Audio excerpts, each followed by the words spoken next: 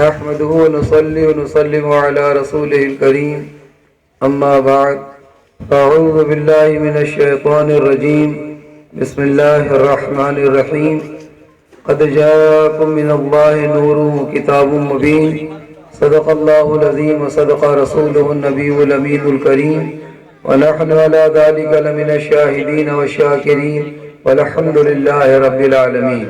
آپ حضرات درود شریف پڑھیں.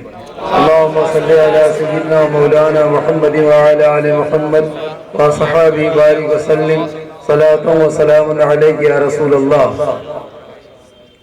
محترم سامعین کرام، ہم مقرر تو نہیں ہیں لیکن راستے میں لوگوں نے کہا کہ کچھ تھوڑی دیر بیان کر دیجئے. ہم نے کہا تھا بیان کر دیں گے لیکن طبیعت بہت سست تھی دن بھر.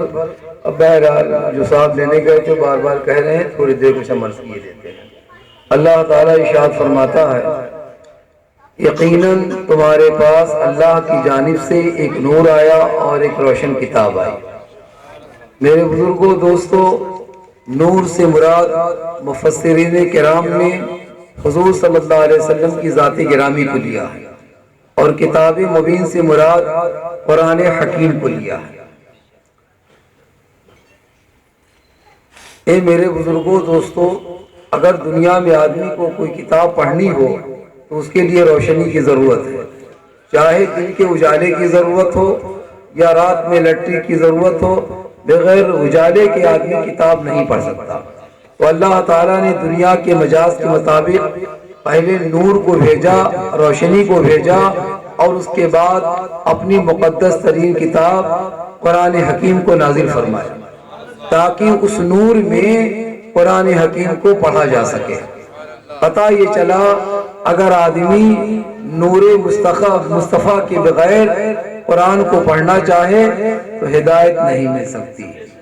ابھی مفتی صاحب نے کہا کہ کوئی صاحب بہت بڑے مدرسے میں گئے، پڑھ کر کے آئے، لیکن انہوں نے وبالوالدین احسانا کا مفہوم نہ سمجھا. تو میرے بزرگوں دوستو، اللہ یہ فرماتا ہے یقیناً تمہارے پاس اللہ کی جانب سے ایک نور آیا اور ایک روشن کتاب آئی. ویسے اس نور کا وجود یعنی حضور صلی اللہ علیہ وسلم کا وجود تو جب دنیا میں کسی چیز کی تخلیق نہیں ہوئی تھی، نہ کوئی نبی، نہ کوئی فرشتہ، نہ آسمان، نہ زمین، نہ لوح، نہ تختی، کچھ بھی نہیں تھا، تو اللہ تعالیٰ نے اس نور کو پیدا فرما دیا تھا. جیسا کہ سرکار فرماتے ہیں کنت نبیوں و آدم بین الماء والطین، میں اس وقت نبی تھا جب آدم علیہ السلام پانی اور مٹی کے درمیان تھے. یہیں پر لوگوں کی بھول ہو رہی ہے.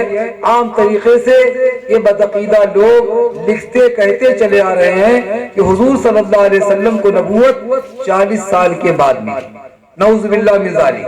جبکہ سرکار یہ فرماتے ہیں کہ کنت نبیوں و آدم بین الماء والطین، میں اس وقت نبی تھا جب آدم علیہ السلام پانی اور مٹی کے درمیان تھے. یہ میرے بزرگوں دوستو یہی تک بات نہیں بلکہ حدیث قدسی ہے. اللہ سبحانہ وتعالی فرماتا ہے کنت کنزا مخفیا فاحببت ان اعرف فخلقت نور محمد صلی اللہ علیہ وسلم. اللہ فرماتا میں پوشیدہ خزانہ تھا، میں نے چاہا کہ میں پہچانا جاؤں تو میں نے محمد کے نور کو پیدا کیا. پتہ یہ چلا کہ محمد کے نور کی معرفت حاصل کرنے میں اللہ کی معرفت ہے. جب تک آدمی نور محمدی کو نہیں پہچانے گا اللہ کو نہیں پہچان سکتا. جب تک محمد کے نور کو نہ پہچانے گا اللہ کی معرفت نہیں حاصل ہو سکتی. یہی تک بات نہیں بلکہ حدیث قدسی ہے. اللہ فرماتا ہے لولاک لما خلقت الدنیا، اے محبوب اگر مجھے تم کو نہ پیدا کرنا ہوتا میں دنیا کو نہ پیدا کرتا. لولاک لما خلقت الافلاک، اے محبوب اگر مجھے تم کو نہ پیدا کرنا ہوتا میں آسمانوں کو نہ پیدا کرتا. لولاک لما ازرت ربوبیہ، اے محبوب اگر مجھے تم کو نہ پیدا کرنا ہوتا تو میں رب ہوں میں اس کو ظاہری نہ کرتا. پتہ یہ چلا یہ زمین، یہ زمان، یہ آسمان، جنت، لوح، تختی، قبلہ، کعبہ، بیت المقدس، صفا مروہ، حج عمرہ، یہ سب میلاد النبی کا صدقہ ہے. یہ زمین میلاد النبی کے صدقے میں بنائی گئی، آسمان میلاد النبی کے صدقے میں پیدا کیا.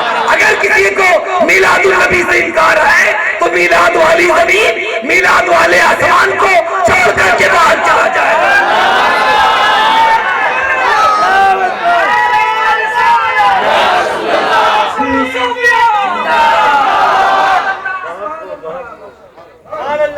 بہرحال اللہ تعالیٰ نے پہلے نور کو بھیجا، اپنے حبیب کو بھیجا، اور اس کے بعد کتاب مبین کو بھیجا، قرآن حکیم کو بھیجا، تاکہ نور مصطفیٰ میں قرآن کو پڑھا جا سکے۔ میرے بزرگوں دوستو، قرآن کو یہودیوں نے پڑھا، نصرانیوں نے پڑھا، مشرکوں نے پڑھا، کافروں نے پڑھا، کلمہ گو نے پڑھا۔ ایسا نہیں کہ اسلام میں جس نے کلمہ پڑھ لیا سب جنتی ہے۔ سرکار کے حدیث اٹھاؤ، علماء موجود ہیں، سرکار نے فرمایا اسلام میں 73 فرقے ہوں گے، 73 اللہ کی وحدانیت کا اقرار کریں گے، سرکار کی رسالت کو تسلیم کریں گے۔ سرکار نے فرمایا 72 فرقہ جہنمی ہوگا، صرف ایک فرقہ جنتی ہوگا۔ جنتی فرقہ کون ہے؟ کس نے اسلام کو ہندوستان میں پھیلایا؟ خواجہ اجمیری ہے۔ لوگ کہتے ہیں بزرگوں کے آراز کو نہ مراؤ، بزرگوں کی بارگاہ میں جانے سے کوئی فائدہ نہیں۔ ہم تمہاری بات مانیں کہ جس نے 90 لاکھ مشرکوں کو مومن بنایا، ہم اس کی بات مانیں۔ خواجہ اجمیری کا عقیدہ دیکھو، خواجہ اجمیری کا عمل دیکھو۔ حضرت خواجہ معین الدین چشتی اجمیری رحمت اللہ علیہ لاہور تشریف لے گئے۔ کہاں پر؟ سید علی داتا گنج بخش لاہوری کے مزار پر چلہ کیا، حاضری دی۔ اگر چلہ کشی بزرگوں کی بارگاہ میں حاضری دینا یہ جائز نہ ہوتا تو خواجہ اجمیری عمل کیوں کرتے؟ گئے، چلہ کیا اور حاضری دی۔ عرض کرتے ہیں گنج بخش فیض عالم مظہر نور خدا ناقصارا پیر کامل کاملارا رہنما۔ اے سید علی، آپ اپنی قبر میں لیٹ کر کے گنج بخش فیض عالم سارے عالم کو فیض دینے والے ہیں، سارے عالم کو خزانہ بخشنے والے ہیں، چاہے وہ دین کا خزانہ ہو یا دنیا کا خزانہ ہو۔ مظہر نور خدا، اے سید علی، آپ کی ذات سے خدا کے نور کا ظہور ہو رہا ہے۔ ناقصارا پیر کامل و کاملارا رہنما۔ اے سید علی، اگر ناقص پیر آپ کی قبر پر حاضر ہو جائے، آپ کرم کر دیں تو کامل ہو جائے، اور اگر کامل آپ کی درگاہ میں آ جائے، آپ کرم فرما دیں تو دین کا رہنما بن جائے۔ یہ کس کا عقیدہ ہے؟ خواجہ اجمیری کا عقیدہ ہے، جنہوں نے بچھو، سانپ، کنکر، پتھر، لوہا، لکڑی، آگ، پانی سے کہتے عبادت کرنے سے منع کیا، جنہوں نے شرک اور کفر کو مٹایا۔ آج لوگ کہتے ہیں مسلمان، تم باپ تمہارے مسلمان، تمہارے باپ تمہارے دادا پردادا 8-10 اس کے پہلے تمہارے آبا و اجداد کیا کرتے تھے؟ یہ خواجہ اجمیری کے قدموں کا صدقہ ہے کہ تمہیں ایمان ملا، اسلام ملا، ورنہ تم تو کنکر پتھر کے پجاری تھے۔ اس خواجہ اجمیری کا جو عقیدہ ہے اسی عقیدے میں ہمیں رہنا ہے۔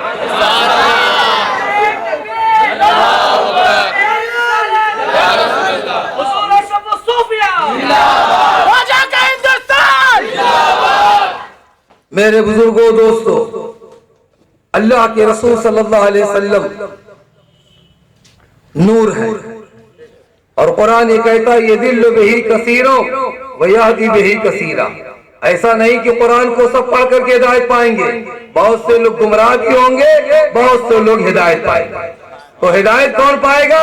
جو نور مصطفیٰ میں قرآن کی تلاوت کرے گا، عشق مصطفیٰ میں قرآن کو پڑھے گا، وہی ہدایت پائے گا۔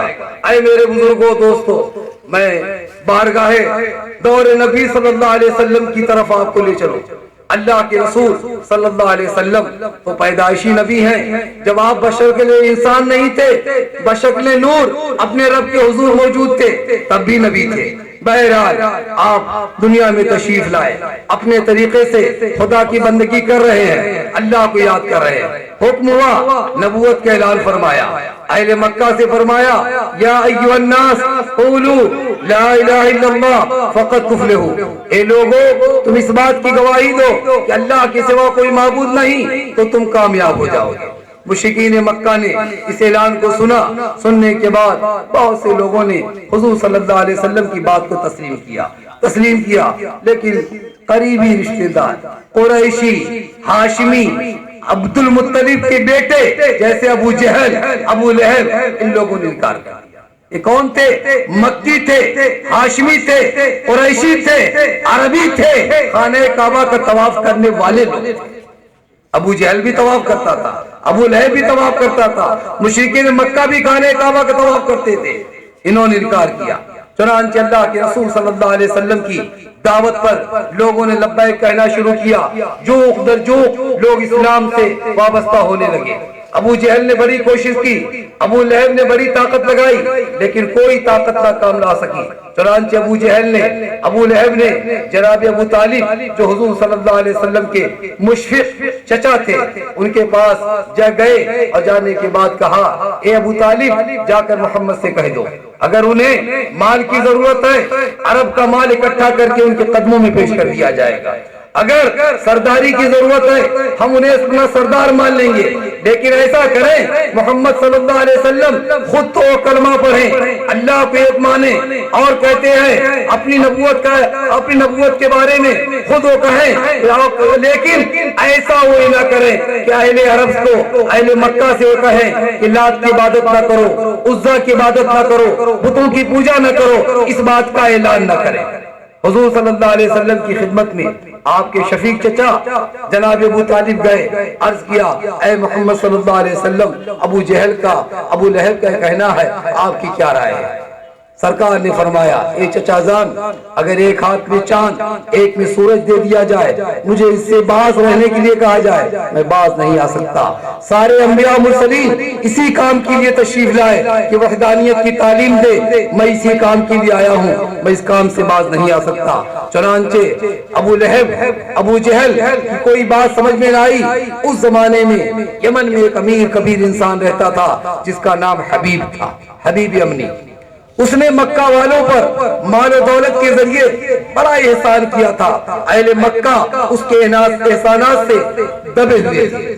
ابو جہل نے اس کے پاس خط لکھا، کہلوایا کہ میرے بھتیجے عبداللہ کے بیٹے عبد المطلب کے پوتے نے ایک نئے دین کی بنیاد ڈال دی ہے، وہ یہ کہتے ہیں کہ لات عزا حبل اور جو خانہ کعبہ میں 360 بت رکھے گئے ہیں ان کی پوجا کرنے سے منع کر رہے ہیں۔ وہ کہہ رہے ہیں اللہ ایک ہے اور کہتے ہیں کہ میں اللہ کا نبی ہوں۔ یہ حبیب امنی اہل مکہ ان کی باتوں کو اقرار کر رہے ہیں، آؤ مکہ والوں کو تم روک دو، ہو سکتا ہے کہ تمہاری بات کو تسلیم کرے اور محمد کو روک دو۔ چنانچہ حبیب امنی یمن سے چل کر کے مکہ آئے، ابو جہل کے پاس پہنچے۔ ابو جہل کون؟ جسے اہل عرب ابو الحکم کہتے تھے، علم و حکمت کا باپ کہتے تھے، لیکن گستاخی بے ادبی دشمن رسول ہونے کی بنا پر سرکار دو عالم صلی اللہ علیہ وسلم نے اسے ابو جہل کہا، جہالت کا باپ کہا۔ چنانچہ دنیا آج اسے ابو جہل کے نام سے جانتی ہے، پہچانتی ہے۔ چنانچہ ابو جہل کے پاس حبیب امنی آئے، حبیب امنی نے ساری باتوں کو سنا ابو جہل کی، اور اس کے بعد کہا، ابو جہل اب مجھے محمد کے پاس جانے دو۔ حبیب امنی مکہ کے نہیں ہیں، قریشی نہیں ہیں، ہاشمی نہیں ہیں، مطلبی نہیں ہیں، خانہ کعبہ کا طواف کرنے والے نہیں ہیں، یمن سے آئے، ابو جہل سے ملاقات کی، سرکار کی خدمت میں گئے، سرکار کو دیکھا، ادب کے ساتھ بیٹھ گئے۔ سرکار نے فرمایا، حبیب امنی تم کس لیے آئے ہو؟ حبیب امنی نے عرض کیا، اے محمد صلی اللہ علیہ وسلم میں نے سنا آپ کہتے ہیں کہ اللہ واحد کی عبادت کرو، اس کا شریک کسی کو نہ ٹھہراؤ، آپ کہتے ہیں کہ آپ اللہ کے آخری نبی ہیں، کیا یہ سچ ہے؟ سرکار نے فرمایا، میرا اعلان ہے، یا ایھا الناس قولوا لا الہ الا اللہ فقد تفلحون، اے لوگوں تم اس بات کی گواہی دو کہ اللہ کے سوا کوئی معبود نہیں تو تم لوگ کامیاب ہو جاؤ گے۔ حبیب امنی میرا اعلان عام ہے۔ چنانچہ حبیب امنی نے کہا، اے محمد صلی اللہ علیہ وسلم اگر آپ یہ کہتے ہیں کہ اللہ ایک ہے، آپ اللہ کے نبی ہیں، تو آپ اس کے لیے دلیل پیش کر دیجئے، اگر ایسی بات ہے آپ دلیل پیش کر دیں گے تو آپ کی بات کو تسلیم کیا جائے گا۔ سرکار نے فرمایا، حبیب امنی کون دلیل پیش کروں کہ تم اللہ کو ایک مانو گے اور مجھے اللہ کا نبی تسلیم کرو گے؟ حبیب امنی نے کہا آپ ایسا کریں کہ چاند کے 2 ٹکڑے کر دیں. عام انسان کی طاقت سے یہ بات باہر ہے کہ عام انسان چاند کے 2 ٹکڑے کر سکے. واقعی جو اللہ کا محبوب بندہ ہوگا, جو پیغمبر ہوگا, وہی یہ کام کر سکتا ہے. اگر آپ ایسا کر دے تو پھر بات سوچی جائے گی. چنانچہ حبیب امنی سے سرکار نے فرمایا, حبیب امنی جبل ابو قبیس پر پہنچو. یہ خانہ کعبہ کے قریب, مسجد حرام کے قریب ایک پہاڑی تھی. فرمایا وہاں پہنچو. وہاں پہنچنے کے بعد اس کا فیصلہ ہوگا. چنانچہ حبیب امنی نے ابو جہل کو لیا, ابو لہب کو لیا, عتبہ کو لیا, شیبہ کو لیا اور دیگر دشمنان الہی, دشمنان رسول کو لے کر کے جبل ابو قبیس پر حبیب امنی پہنچے. اللہ کے رسول صلی اللہ علیہ وسلم نے سیدنا صدیق اکبر, سیدنا فاروق اعظم, سیدنا عثمان غنی, مولا علی اور دیگر اپنے صحابہ کو لیا اور لے کر کے جبل ابو قبیس پہ پہنچے. سرکار نے حبیب امنی سے فرمایا, یہ حبیب امنی تمہارا یہ کہنا ہے اگر چاند کے 2 ٹکڑے کر دیے جائیں تم اللہ کو ایک مانو گے اور جو معبودان باطل ہیں ان کو جھٹلاؤ گے اور مجھے اللہ کا نبی تسلیم کرو گے. حبیب امنی نے کہا ٹھیک. چنانچہ اللہ کے رسول صلی اللہ علیہ وسلم نے اپنی انگشت مبارک سے اشارہ فرمایا, چاند کی طرف اپنی انگشت مبارک سے اشارہ فرمایا. فوراً چاند کے 2 ٹکڑے ہو گئے. چاند 2 حصوں میں بٹ گیا, چاند 2 حصوں میں تقسیم ہو گیا. حبیب امنی پر سکتہ طاری ہو گیا. ابو جہل نے کہا, ابو لہب نے کہا, یا محمد انک لساحر نعوذ باللہ من ذالک, اے محمد بے شک آپ تو بہت بڑے جادوگر ہیں, نعوذ باللہ من ذالک. یہ کون کہہ رہا ہے؟ ابو لہب کہہ رہا ہے, عبد المطلب کا بیٹا کہہ رہا ہے, ابو جہل کہہ رہا ہے, عتبہ کہہ رہا ہے, شیبہ کہہ رہا ہے. یہ عربی ہے, مکی ہے, ہاشمی ہے, مطلبی ہے, خانہ کعبہ کا طواف کرنے والے ہیں. انہوں نے کہا ہے محمد نعوذ باللہ من ذالک آپ تو بہت بڑے جادوگر ہیں. انہوں نے قرآن کی آیتوں کو سنا تھا, قرآن کی تلاوت کرتے ہوئے صحابہ کو سنا تھا. انہوں نے کہا اے محمد آپ تو بہت بڑے جادوگر ہیں. حبیب امنی خاموش رہے, بارگاہ رسول میں کھڑے رہے, سکتہ طاری رہا. سیدنا صدیق اکبر نے, فاروق اعظم نے اللہ کی بڑائی کی, نعرہ تکبیر اللہ اکبر کی صدا بلند کی, سبحان اللہ الحمدللہ اللہ اکبر کی صدائیں بلند کیا. صحابہ نے, سرکار نے فرمایا حبیب امنی اب تم بتلاؤ کون اور دلیل پیش کی جائے کہ تم اللہ کو ایک مانو گے, بتوں کی پوجا نہیں کرو گے, اللہ کو ایک مانو گے, اس کا شریک نہیں ٹھہراؤ گے, مجھے اللہ کا نبی تسلیم کرو گے. حبیب امنی نے عرض کیا اے محمد صلی اللہ علیہ وسلم جب آپ یہ کہتے ہیں کہ آپ اللہ کے نبی ہیں تو آپ خود ہی بتلا دیں میرے سینے میں کون سی بات پوشیدہ ہے. میں اللہ کو ایک تسلیم کروں گا, آپ کو اللہ کا نبی مانوں گا. نبی جو ہوتا ہے وہ غیب کا بتانے والا ہوتا ہے, غیب کی خبر دینے والا ہوتا ہے, غیب کا جاننے والا ہوتا ہے. سرکار نے فرمایا یہ حبیب امنی سنو, تمہاری ایک لڑکی ہے جو مادرزاد لولی لنگڑی اپاہی انتی ہے, تم چاہتے ہو کہ شفا پا جائے. یہ حبیب امنی جاؤ, میں نے اسے شفا دے دیا.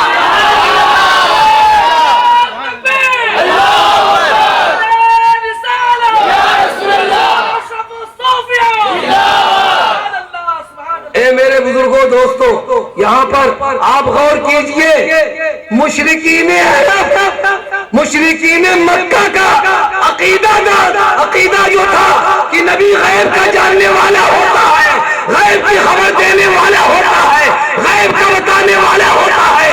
افسوس آج کا مسلمان کلمہ پڑھتا ہے, نماز پڑھتا ہے, روزہ رکھتا ہے, حج کرتا ہے, زکات دیتا ہے, لمبی لمبی داڑیاں رکھتا ہے اور قرآن و حدیث کو جھٹلا رہا ہے. اللہ فرماتا ہے وَعَلَّمَكَ مَا لَمْ تَكُنْ تَعْلَمْ, اے محبوب اللہ نے آپ کو بتلا دیا جو کچھ آپ نہیں جانتے تھے. اور آج کا مسلمان یہ کہتا ہوا نظر آ رہا ہے نبی کو دیوار کے پیچھے کہیں نہیں, ماں کے پیٹ میں لڑکا ہے کہ لڑکی نبی کو نہیں معلوم. مشرک کافر ڈاکٹر بتا سکتا ہے, نبی کو نہیں معلوم. نعوذ باللہ من ذالک, یہ مومن نہیں کہہ سکتا. یہ جو بدعقیدہ ہوگا وہی یہ کہے گا کہ نبی کو غیب کی بات نہیں معلوم.